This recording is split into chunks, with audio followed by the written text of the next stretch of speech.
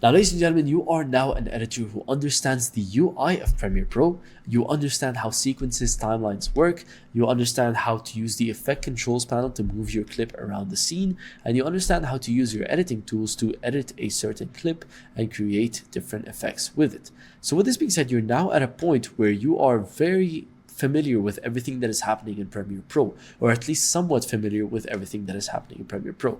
Now it's time to kind of dive into the backend and understand the settings. And another thing I want you to do is there is a certain habit that I've noticed all the advanced editors do, and I've done this.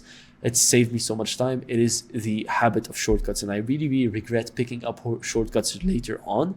So one thing I want to make sure I teach all of you guys is how to use shortcuts and how to save your time using shortcuts, which we're going to be assigning today. And we're not going to be clicking on our editing tools anymore. We're simply going to be using the assigned shortcut for it, just to build in you guys the habits of shortcuts with editing. Trust me, you're going to thank me in 3 months, okay?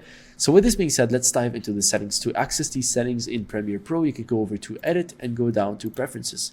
And you just click on whichever one of these. It's going to open up a window where you can access all of them. There is a lot of settings, okay? I don't want to go through most of these because most of them you're never going to use. There's a few settings which we're going to go into, but first let me quickly break down these different sections. General is all the general settings. Appearance is all the settings that have to do with how your Premiere Pro looks. Audio is all the settings that have to do with your audio, your rendering, your playback. Audio hardware is the hardware you're using to listen to the audio and record audio. Yes, you can record voiceovers inside of Premiere Pro if you would like. Okay, autosave is when your Premiere Pro likes to autosave and where it's going to save them. Collaboration, don't worry about that. Color, don't worry about that. Control surface, don't worry about that. Graphics is also how your Premiere Pro outputs different text. Should it go from right to left to right, whatever. Labels is how you can change the colors of certain things inside of Premiere Pro. Media is where all the things are saved. Media cache is where your cache files are located and how much you allow them. Memory is how much RAM is allocated to Premiere Pro. Playback is the settings of your playback. Timeline are your timeline settings and when you import things into your timeline. Trim and transcription are your trim and transcription settings. What settings are you going to be needing to change in Premiere Pro? Not much. There are a few recommendations I always recommend. It is you go into audio and make sure you check play audio while scrubbing. What this allows you to do is so that while you're scrubbing, you can hear what's happening, and it's super useful for when you want to do cuts, when you want to do subtitles and stuff like this. Is such a useful thing. So that's the first thing I recommend you turn on. The second thing I recommend you do is go down to memory and allocate 75% of your RAM to Premiere Pro. So I've got 32 gigs. I've left 6 gigs for other applications and 26 for Premiere Pro. So make sure you have 25% for other applications and 75% for Premiere Pro. And one more thing I highly recommend you do is do your autosaves. You set it to 5 minutes. So make sure you save every 5 minutes, and the maximum project version is going to be 20 or 10 depending on how much space you have. What this is going to do is it's going to make sure that whenever Premiere Pro does crash, because it will at least have an autosave that you can go back to and not lose all of your progress. And I really don't want to take any time diving into any of these settings because they are very overcomplicated and very useless, and you're not going to be using any of these. So don't even worry about it, okay? With that being said, that is it for your settings, and that's basically all you need to worry about. When it comes to keyboard shortcuts, it is very crucial to start applying keyboard shortcuts. The main reason is the time it takes you to go and select a certain tool can be saved a lot by just clicking a certain button. You can become so much faster. So instead of to become the quickest possible editor ever, you don't want to be moving your cursor left and right and selecting different things and so on and so forth. Instead, you want to just be clicking on buttons on your keyboard. That way you can select these tools automatically from your fingertips, and just right on your fingertips you can do all your editing without moving a single muscle. And so that's exactly how you become the fastest editor. All right, so that's exactly why we're going to be looking at keyboard shortcuts. To go into it, you just click on edit and click on keyboard shortcuts, and you're going to open this big complex window which no one really understands what it means or what it does, but we don't need to. It's very simple once we break it down. Basically all it is it's just a keyboard, and it has all the buttons that you have assigned to it based on which keys you have set. So you can take a minute to look into this and just see all the different keyboard shortcuts that you've got and everything that you could do with all these different keyboard shortcuts and so on and so forth, but it's really not that complex. We're going to leave everything as it is. I'm going to tell you my personal keyboard shortcuts and why I use them, and if you'd like, you can also apply them. I personally have assigned the button A on my keyboard to the selections or the cursor. So that way, if I ever want to select anything, I quickly just click A and I can move things around, and it makes me super, super quick with it. I have assigned the razor or cut tool to the button C on my keyboard. That way, if I ever want to create any cuts, I could just click on C and then make a cut and click on A and select and start moving it around.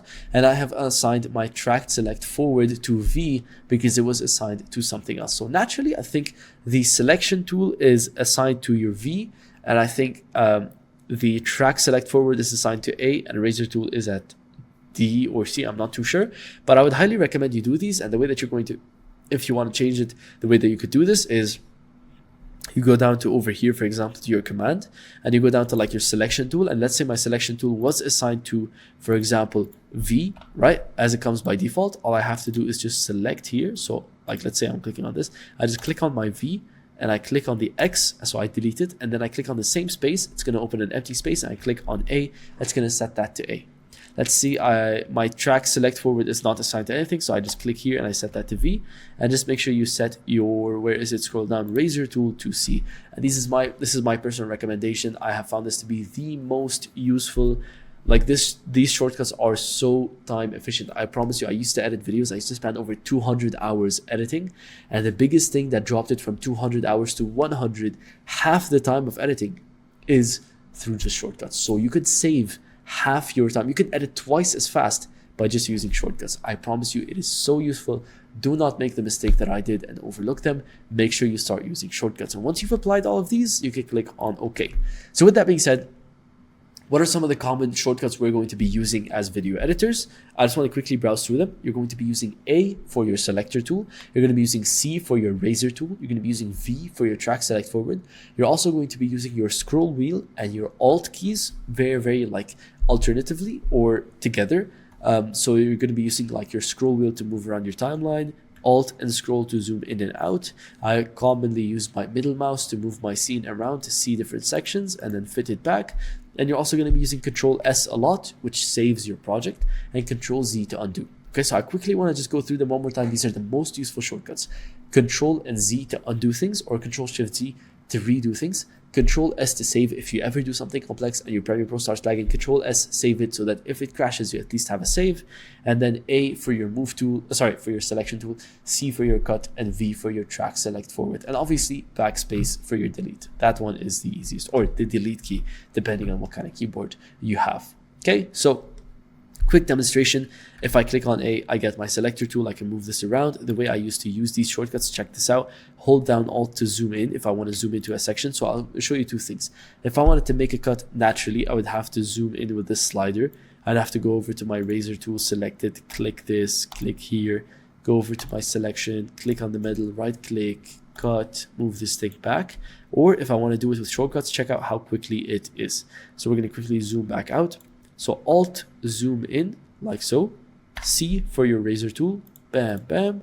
A for your selection tool, select the middle, delete, select the middle, delete, and you're good to go. Okay, so side-by-side comparison one more time just to show you guys how quick this is. So without anything, here it is. Bam, look at how many actions I am having to do. Look at all this cool movement. And then with shortcuts, C, cut, cut, A, select, delete, delete. And you're good to go. So you can be really, really quick with shortcuts, and that is the goal as video editors, which brings me to our next course. Because now that you understand the UI, and you understand your effect controls, and you understand your keyboard shortcuts and how you can use your editing tools and how you can use your timeline, you're pretty familiar with editing, but you don't want to let all this information go. So we're going to be doing in the next course is we're going to be downloading some raw footage for you guys, and we're also going to be importing it into Premiere Pro, launching our first ever project, doing a few cuts, learning how we can do some cuts, zooming into a few sections, and using all this information we learned so that we can start developing the fundamentals of editing. As I mentioned in the beginning of these courses, guys, this is before the fundamentals. This is just understanding how the program works. The fundamentals begins in the next course and the one after it. So let's go ahead and dive straight in, and let's make a very cool edit in the next course. Let's go ahead and apply our knowledge. I'll see you guys there.